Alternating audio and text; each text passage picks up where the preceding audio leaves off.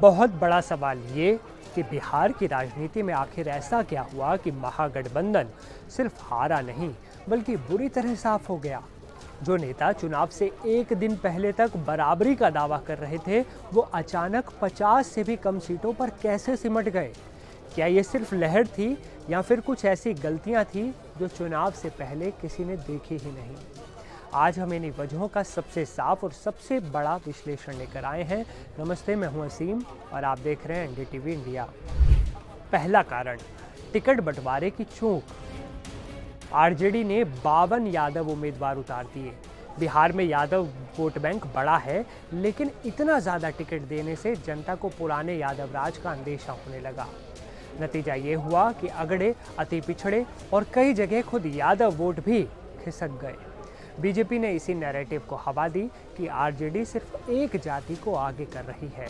ये बयानबाजी सीधी जनता के दिमाग में उतर गई और महागठबंधन के खिलाफ मजबूत होकर खड़ी हो गई। कांग्रेस, वामदल और छोटी पार्टियां लगातार शिकायत करती रहीं कि तेजस्वी यादव सब कुछ अकेले चलाना चाहते हैं। घोषणा पत्र का नाम तेजस्वी प्रण रखना, रैलियों में सहयोगियों की कम मौजूदगी, ये सब संकेत जनता तक गए। वोट ट्रांसफर फेल हो गया और जहां एनडीए एकजुट दिखा, वहीं महागठबंधन बिखरा हुआ नजर आया। तीसरा कारण, वादों का कोई ब्लूप्रिंट नहीं। तेजस्वी यादव बार बार कहते रहे कि हर घर को नौकरी देंगे, पेंशन देंगे, शराबबंदी की समीक्षा करेंगे, लेकिन कैसे करेंगे? कहां से पैसा आएगा? योजना क्या है? कोई ठोस जवाब सामने नहीं आया। रोज कहते रहे 2 दिन में ब्लूप्रिंट आएगा, लेकिन वो दिन कभी आया ही नहीं। इससे जनता ने सोचा वादे बहुत हैं, लेकिन भरोसा कम है। चौथा बड़ा कारण, महागठबंधन की मुस्लिम परस्त छवि।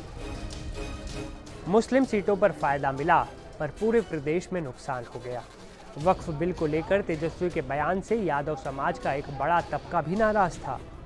बीजेपी ने लालू यादव के पुराने भाषण वायरल किए और माहौल बनाया कि आरजेडी सिर्फ एक कम्युनिटी को ध्यान में रखकर राजनीति कर रही है।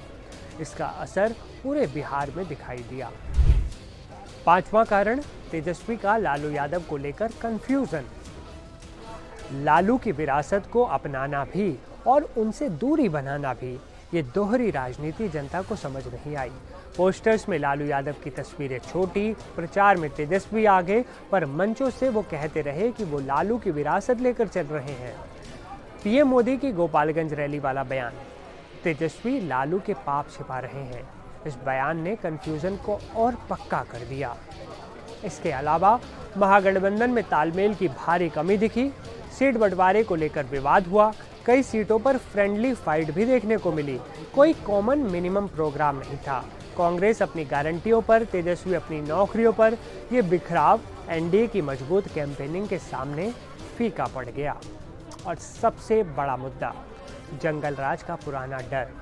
हर चुनाव की तरह इस बार भी एनडीए ने इसे जोरदार तरीके से उठाया।